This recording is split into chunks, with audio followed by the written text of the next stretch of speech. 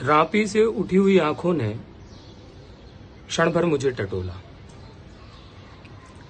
और फिर जैसे पतियाए हुए स्वर में वो हंसते हुए बोला, बाबूजी सच कहूं, मेरी निगाह में न कोई छोटा है न बड़ा है।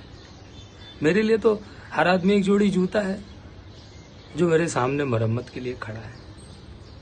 और असल बात तो ये है कि वो चाहे जो है, जैसा है, जहां कहीं है, आजकल कोई भी आदमी जूतों के नाप से बाहर नहीं है। फिर भी मुझे हमेशा ख्याल रहता है कि पेशेवर हाथों और फटे हुए जूतों के बीच कहीं ना कहीं एक अदद आदमी है जिसपे टांके पड़ते हैं, जो जूतों से झांकती हुई उंगली की चोट छाती पर हथौड़े की तरह सहता है। यहाँ तरह तरह के जूते आते हैं और आदमी की अलग अलग नवैयत बतलाते हैं। सबकी अपनी अपनी शक्ल है, अपनी अपनी शैली है। मसलन एक जूता है, जूता क्या है जनाब, चकतियों की थैली है। इसे एक आदमी पहनता है जिसे चेचक ने चुभ लिया है। उस पर उम्मीद को तरह देती हुई हंसी है, जैसे टेलीफोन के खंभे पर कोई पतंग फंसी है और खड़खड़ा रही है। बाबूजी इस पर पैसा क्यों फूकते हो, मैं कहना चाहता हूं, मगर मेरी आवाज लड़खड़ा रही है। मैं महसूस करता हूं कि भीतर से एक आवाज आती है, कैसे आदमी हो, अपनी जाति पर थूकते हो। यकीन माने उस समय मैं चकतियों की जगह अपनी आंखों को ताकता हूं और पेशे में पड़े आदमी को बड़ी मुश्किल से निभाता हूं। अब एक जूता और है जिससे पैर को नाद कर एक आदमी निकलता है सैर को। न वो अक्लमंद है, न वक्त का पाबंद है। उसकी आंखों में लालच है, हाथों में घड़ी है, उसे जाना कहीं नहीं है और चेहरे पर बड़ी हड़बड़ी है। वो कोई बनिया है या बिसाती है, मगर रौब ऐसा है कि हिटलर का नाती है। हिशेब बांधो, उसे काटो, हिया ठोको, हुआ पीटो, गिस्सा दो, ऐसा चमकाओ, जूते को आईना बनाओ। ओफ, बड़ी गर्मी है। रुमाल से हवा करता है। मौसम के नाम पर बिसूरता है। सड़क पर हाथियों जातियों को बानर की तरह घूरता है।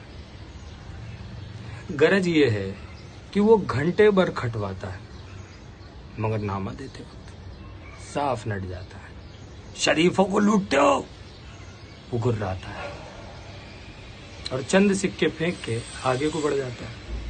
अचानक चिहुक कर सड़क पर से उछलता है और पटरी पर चढ़ जाता है। बाबूजी, चोट जब पेशे पर पड़ती है ना, तो कहीं ना कहीं एक चोर कील दबी रह जाती है जो मौका पाकर उभरती है और उंगली में गड़ती है। इसका मतलब ये नहीं कि मुझे कोई गलत फहमी है। मुझे हमेशा ख्याल रहता है कि पेशे और जूतों के बीच कहीं ना कहीं एक अदद आदमी है जिस पे टांके पड़ते हैं, जो जूतों से झांकती हुई उंगली की चोट छाती पर हथौड़े की तरह सहता है। और असल बात तो यह है कि अगर जिंदा रहने के पीछे सही तर्क नहीं है तो रामनामी बेच के या रंडियों की दलाली करके रोजी कमाने में कोई फर्क नहीं है। यही वो जगह है जहां हर आदमी भीड़ का टमकता हुआ हिस्सा बन जाता है। सभी लोगों की तरह भाषा उसे काटती है, मौसम उसे सताता है। वापस बसंत को ही ले लो, ये दिन को तांत की तरह तानता है और पेड़ों पे लाल लाल पत्तों के हजारों सुक्तल्ले धूप में सींचने के लिए लटकाता है।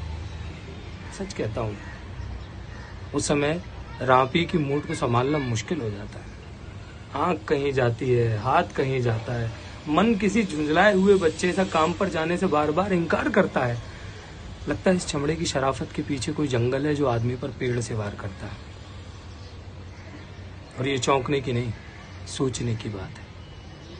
मगर जो जिंदगी को किताब से नापता है, जो असलियत और अनुभव के बीच खून के किसी कमजात मौके पर कायर है वो बड़ी आसानी से कह सकता है कि यार तू मोची नहीं है, शायर है।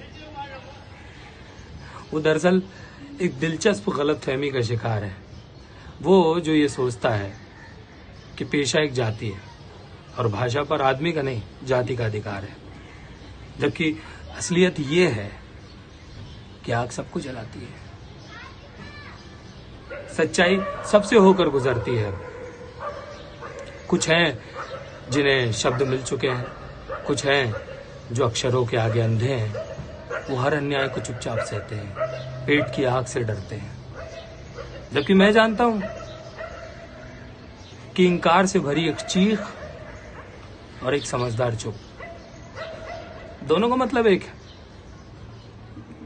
भविष्य गढ़ने में चुप और चीख अपनी अपनी जगह एक ही किस्म से अपना अपना फर्ज अदा करते हैं।